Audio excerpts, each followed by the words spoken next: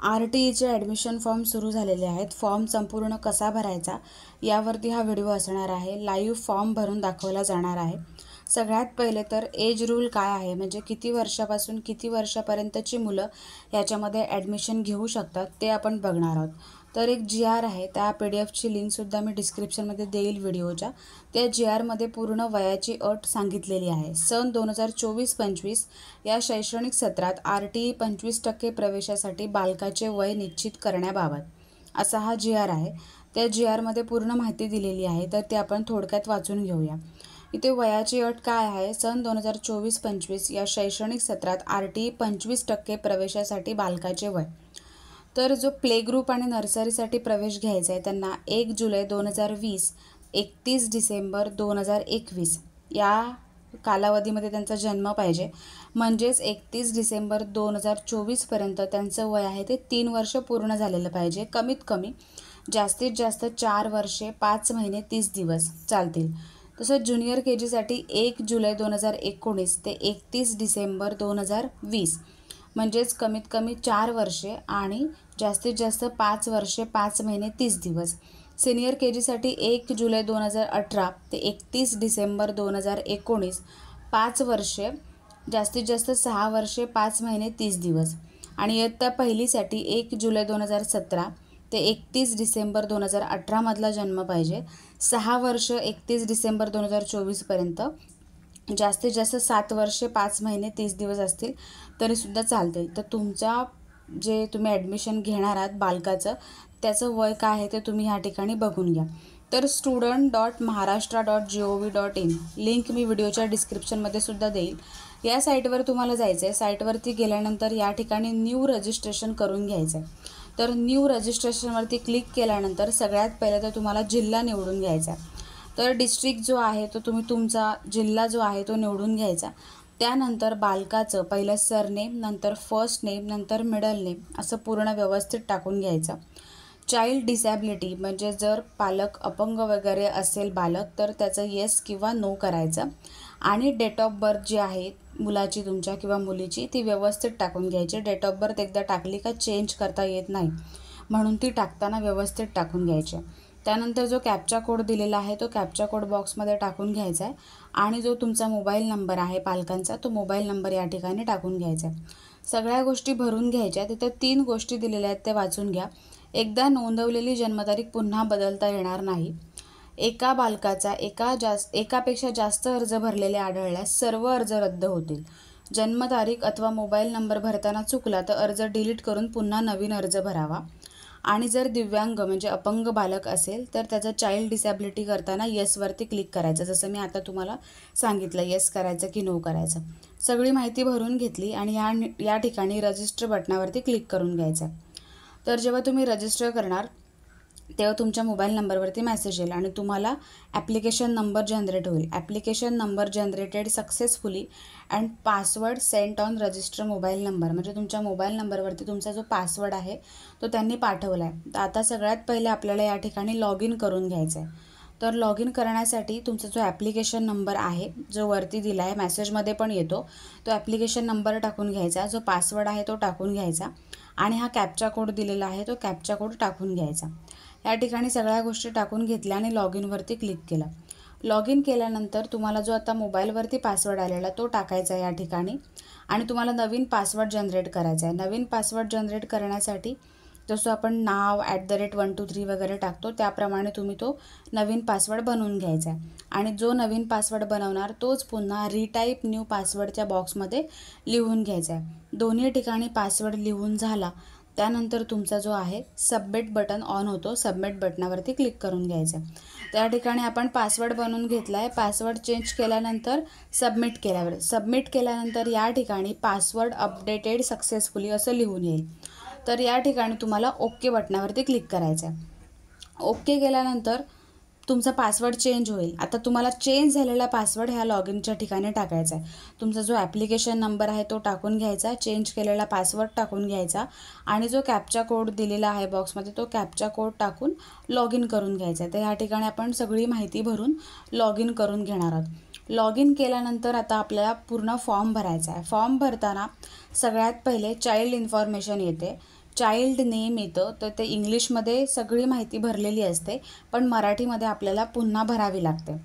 तर मराठीमध्ये भरताना काय करायचं, या ठिकाणी मराठीमध्ये भरताना मराठीमध्ये कधी कधी टाईप होत नाही, तर आपल्या मोबाईलमध्ये नोटपॅडमध्ये वगैरे कुठेतरी मराठीमध्ये टाईप करून ठेवायचं आणि तिकडून कॉपी करून या ठिकाणी पेस्ट करायचं, तुम्हाला भरता येईल. फॉर्म कसा भरायचा आहे, application, school selection, form submission, असे 3च प्रकार आहेत. तुमचा फॉर्म लगेच भरून होऊन जातो.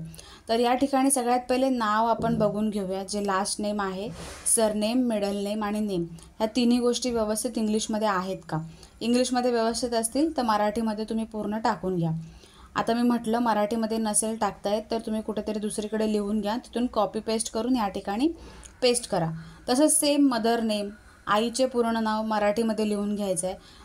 तसंच फादर नेम इंग्लिशमध्ये असेल, त्याच्यानंतर तुम्हाला मराठीमध्ये पूर्ण लिहून घ्यायचं. हे नेमचे जे कॉलम आहेत ते सगळे व्यवस्थितपणे तुम्ही भरून घ्यायचे आहेत, पालकांचं आणि मुलाचं. त्यानंतर चाइल्ड डेट ऑफ बर्थ या ठिकाणी आहे, ती डेट ऑफ बर्थ ऑलरेडी इथं येऊन जाईल. त्यानंतर मेल आहे की फिमेल आहे ते तुम्हाला सिलेक्ट करायचं आहे. त्यानंतर तुमची एज ॲज ऑन 31/12/2024 तुमचं जे किती वय पूर्ण होतं आहे ते आपोआप या ठिकाणी कॅल्क्युलेशन होऊन येईल.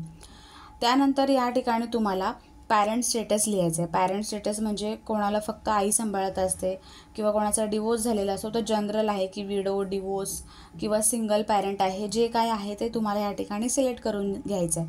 तर सगळं नॉर्मल असेल तर जनरल तुम्ही सिलेक्ट करून घेऊ शकता. त्यानंतर या ठिकाणी तुम्हाला ॲड्रेस टाकायचा आहे. ॲड्रेस टाकताना व्यवस्थित भरायचा आहे, रूम नंबर, बिल्डिंग नंबर, ह्या सगळ्या गोष्टी अचूक पद्धतीने भरून घ्यायच्या आहेत, कारण एकदा ॲड्रेस भरला की तो पुन्हा एडिट करता येणार नाही आणि त्या ॲड्रेसवरच तुम्हाला तुमचं 1 ते 3 किलोमीटरमधलं स्कूल जे आहे ते सिलेक्ट करण्याची लिस्ट येईल. म्हणून ॲड्रेस भरताना व्यवस्थित भरायचा आहे आणि सेव्ह या बटनावरती क्लिक करायचं आहे. तर जो ॲड्रेस आहे तो या ठिकाणी आपण पूर्ण डिस्ट्रिक्ट, तालुका, विलेज ह्या सगळ्या गोष्टी भरून घ्यायच्या आहेत. त्यानंतर या ठिकाणी एक ऑप्शन आहे, RTमध्ये तुम्ही पहिल्यांदा पण कधी ॲडमिशन घेतलं होतं का. जर घेतलं असेल तर तुम्हाला या ठिकाणी येसवरती क्लिक करायचं आहे, नसेल घेतलं तर नोवरती क्लिक करायचं आहे. तुम्ही पहिल्यांदा जर प्रवेश घेत असाल तर नोवरती क्लिक करून ठेवायचं आहे. तर ह्या ठिकाणी मी सगळा ॲड्रेस वगैरे भरून घेते. त्यानंतर सेव्ह बटनावरती क्लिक करायचं आहे. सगळं भरून झाल्यानंतर सेव्हवरती क्लिक करायचं आहे. तर या ठिकाणी ॲड्रेस प्रॉपर भरून घ्यायचा आहे. भरून झाला, सेव्हवरती क्लिक केल्यानंतर या ठिकाणी तुम्हाला तुमची जी इन्फॉर्मेशन आहे ती सेव्ह होईल. कशा स्वरूपात सेव्ह होईल ते बघून घ्या. तर सेव्हवरती क्लिक करत आहोत. सगळी इन्फॉर्मेशन आहे ती आपली सेव्ह झालेली आहे. सेव्ह सक्सेसफुली असं लिहून येईल. मग या ठिकाणी तुम्हाला मॅप चूज करण्यासाठी येईल. तर त्या मॅपवरती तुम्हाला क्लिक करायचं आहे आणि तुमचा जो घरचा राहता ॲड्रेस आहे त्याच्यावरती पूर्णपणे तो रेड सर्कल आहे तो येऊन जाईल. तो रेड सर्कल तुम्ही प्लसच्या चिन्हाने किंवा मायनसच्या चिन्हाने कमी जास्त झूम आऊट, झूम इन करून बघू शकता तुमचा ॲड्रेस बरोबर त्या ठिकाणी लोकेट होतो का. जर दुसरीकडे कुठे होत असेल तर तुम्ही ते रेडवालं तिथून उचलून दुसरीकडे असं मूव्ह करू शकता, पण तुमचं जे ॲड्रेस आहे ते प्रॉपर तुम्हाला या ठिकाणी लोकेट करायचं आहे, कारण ह्या ॲड्रेसवरतीच आपल्याला स्कूलची जी लिस्ट आहे ती येणार आहे. ते झाल्यानंतर इथे सेव्ह अँड अपडेट म्हणून लिहून आलेलं आहे, त्या सेव्ह अँड अपडेटवरती क्लिक करायचं आहे. जेव्हा तुम्ही सेव्ह अँड अपडेटवरती क्लिक करणार तेव्हा गुगल ॲड्रेस तुमचा अपडेटेड सक्सेसफुली असं लिहून येईल. मग ते ओके करायचं आहे आणि त्याचं लॅटिट्यूड आणि लॉंगिट्यूड असं हे सगळं त्याचं त्या कॉलममध्ये लिहून येईल. मग सेव्हवरती क्लिक करायचं आहे. जर तुम्हाला वाटलं काही चुकलं आहे तर पुन्हा मॅपमध्ये जा, पुन्हा ते सिलेक्ट करा आणि हे करा. नंतर ॲप्लिकेशनमध्ये जायचं आहे. ॲप्लिकेशनमध्ये गेल्यानंतर पहिलं स्टँडर्ड सिलेक्ट करायला येईल, पण तुम्ही जे वय तुमचं डेट ऑफ बर्थ टाकलं असेल बालकाचं त्यानुसार तुम्हाला कोणतं लागणार आहे ते तिथे आपोआप लिहून येईल. तिथे ज्युनियर KGमध्ये तो बसत आहे. ज्युनियर KGमध्ये बसल्यानंतर तुम्हाला रिलिजन सिलेक्ट करायचं आहे, तर जे आहे ते तुम्हाला या ठिकाणी टाकून घ्यायचं आहे. नंतर कॅटेगरीमध्ये तुम्ही जर OBC, ST, SC कशामध्ये मोडत असाल तर तुम्हाला ती कॅटेगरी सिलेक्ट करून घ्यायची. EWSमध्ये जर मोडत असाल तर EWSसुद्धा तुम्ही सिलेक्ट करू शकता आणि सिलेक्ट करून झाल्यानंतर त्याप्रमाणे तुम्हाला डॉक्युमेंट्स येतील. जर तुम्ही कास्टमध्ये बसत असाल तर तुम्हाला कास्ट सर्टिफिकेट देणं मॅन्डेटरी आहे. आता ऑनलाईन अपलोड नाही करायचं आहे, पण जेव्हा ॲडमिशन तुमचं तिथे सिलेक्ट होईल नाव तेव्हा तुम्हाला तिथे लागणार आहे. कास्ट नसेल तर तुम्हाला जनरल टाकून घ्यायचं आहे. त्यानंतर इथे तुमचा पाल्य दिव्यांग आहे का असं विचारलेलं आहे. जर असेल तर तुम्हाला तिथे येस करायचं आहे. येस केल्यानंतर तुम्हाला ऑप्शन निवडायला येईल म्हणजे त्याचं रिझन काय आहे ते भरपूर दिलेलं आहेत. त्यापैकी कोणतं असेल ते तुम्हाला सिलेक्ट करावं लागेल आणि किती % डिझॅबिलिटी आहे, 30%, 40% जे काही असेल ते तुम्हाला ते लिहावं लागेल. नसेल तर नो करायचं आहे. HIV एफेक्टेड किंवा इन्फेक्टेड आहे का, असेल तर येस करायचं आहे, नसेल तर नो करायचं आहे. असेल तर कोण आहे, मदर आहे, फादर आहे की दोघं पण आहेत किंवा चाइल्डसुद्धा इन्फेक्टेड आहे, तर तसं तिथे टिकमार्क करून घ्यायचं. नंतर आधार कार्ड नंबर लिहायचा आहे तुमच्या बालकाचा. जर आधार कार्ड नसेल त्याचं तर इथे नो करायचं आहे, पण आधार कार्डची रिसिप्ट मात्र लागणारच आहे. आधार कार्ड नंबर असेल तर येस करून आधार कार्ड नंबर टाकून घ्यायचा आहे.